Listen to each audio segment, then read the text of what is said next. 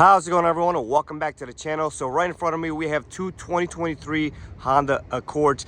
The silver one is a EX 1.5T.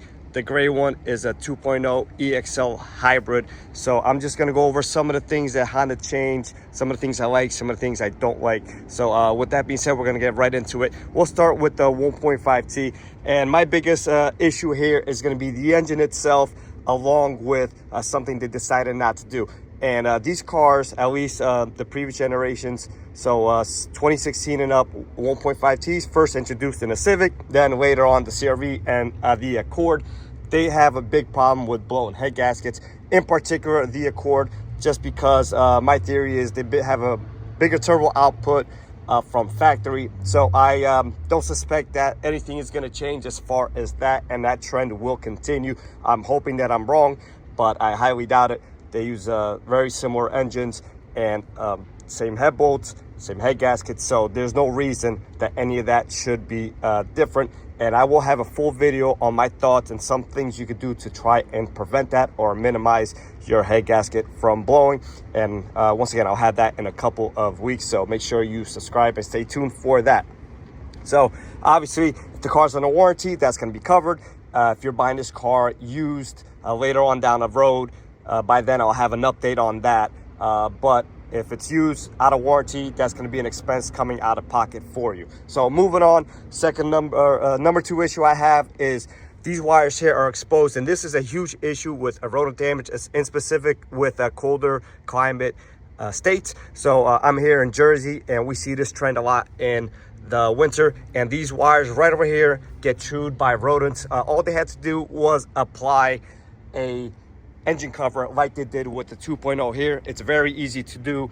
You can't tell me it's because of cost or whatever the case may be, because they did it on a hybrid and not on a 1.5T. Once again, simple solution that Honda decided not to address on the 1.5T, and that will continue 100%, absolutely sure. So if you have one of these cars or plan on buying one, that's not going to be covered on a warranty, whether it's leased or financed. Rodent damage is not covered, and you could practically buy rodent tape and apply it to the top of the harness here, and 99 out of 100 times it's going to solve the issue. So I will have a link to that in my eBay page if you're interested. If not, go to your local Honda dealer, do it proactively, even if you're listing these cars and you're in a cold weather state, because if not, that's going to have to be a repair that you do on your own, and once again, come out of pocket. So that's the 1.5T.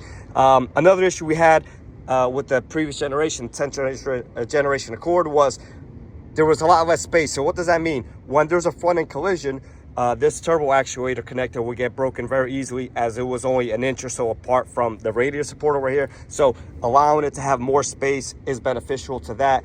This isn't sold separately, so it will require a whole turbo replacement, unless if you do aftermarket, which is a solution as well, but that could cause some warranty issues. So the fact that there's more space makes it overall easier to work, and in the event of an accident, you reduce the chances of damaging something significant in the engine, in particular the turbo. So moving on to the 2.0 non-turbo, these engines is a lot smaller sample size. We haven't had any issues with them, really. We've had a couple of electronic water pumps fail, maybe 2 or 3 out of all the ones that I've seen here at the dealer. So like I said, a lot smaller sample size versus the problematic 1.5T found in the silver one. As these cars get older and Honda pushes more of the hybrid stuff, I'm sure we'll see an uptick in some issues.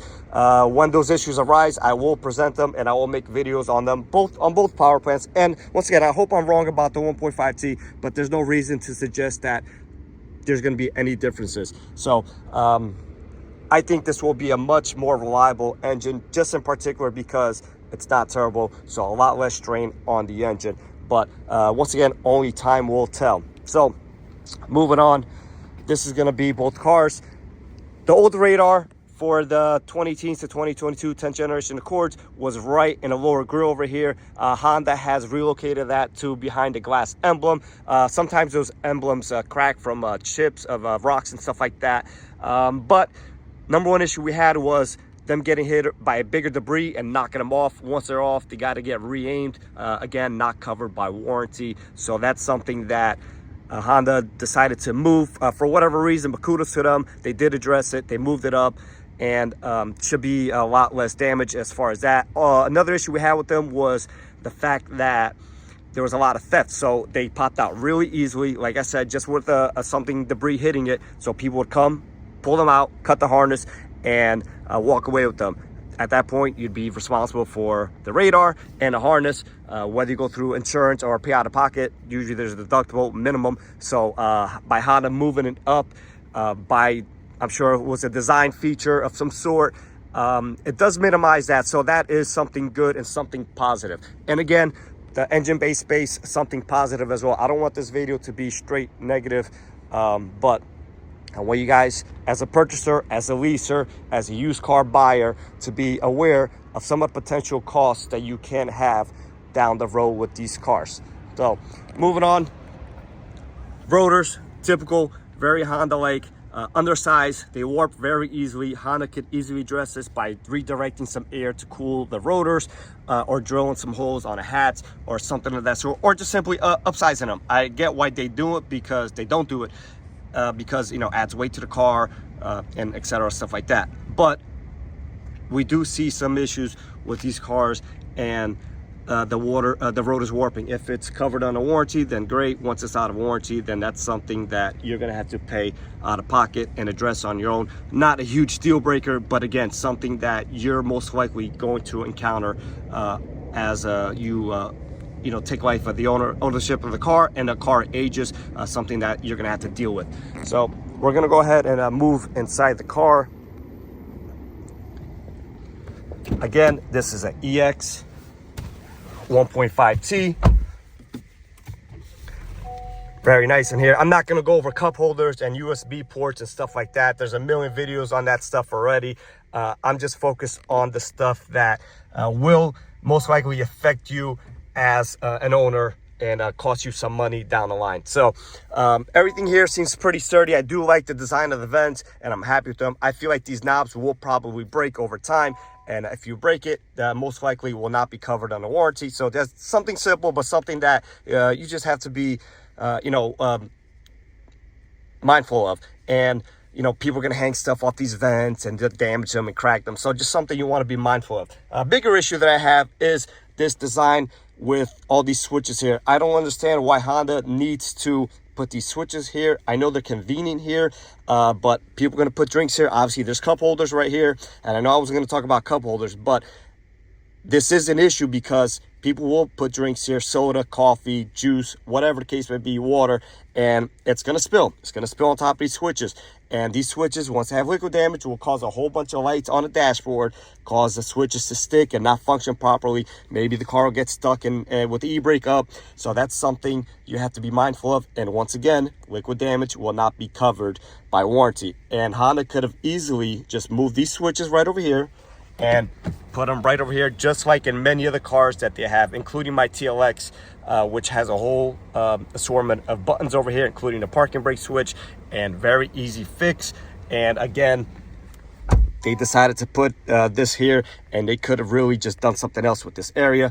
But you know, I'm not the engineer here, they are, and I think this is a mistake and something very easily fixed. But again, I'm not the engineer, and they want to do what they want to do, and they have their reasons for doing so. Last but not least, or one of the last few items I'm talking about, the car comes with a sunroof, which is okay in my book. I know some people like the panel roofs, which Honda doesn't really do, and panoramic roofs are more of a headache, especially as the cars get older. Some of these sliding panels start to get stuck, and a lot of water leaks and stuff like that. So I like this. I like that they keep it simple. Once again, I know some people really like them, but it's more headaches than needed, in my opinion. All right, last thing I'm going to be talking about is the spare tire situation. So once again, the silver one is a EX and 1.5T. This one has your conventional spare tire jack setup, so you have everything under here.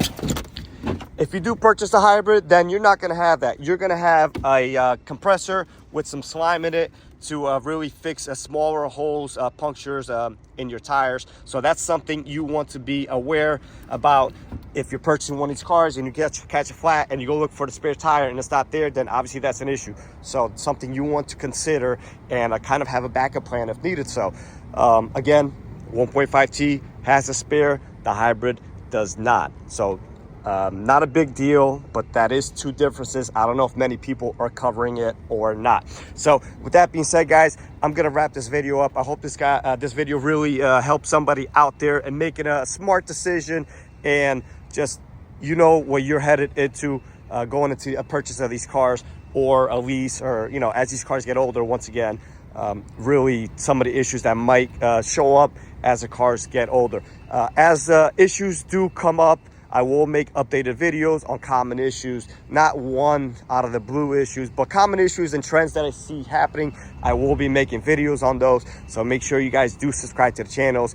This will be a continuing trend for me. Any new car that comes out, 1 year reviews, 1 year updates on what I'm seeing on as a technician, and not as just a regular consumer or a reviewer that drives these cars once and never again. So I think that's very different perspective and a very important point to bring up. So once again, guys, thanks for watching the video. Please like, comment, and subscribe, and really let me know if you guys have any other questions. Drop a comment in the comment section below, and I'll try to make some shorts on a specific subject that you guys want me to talk about.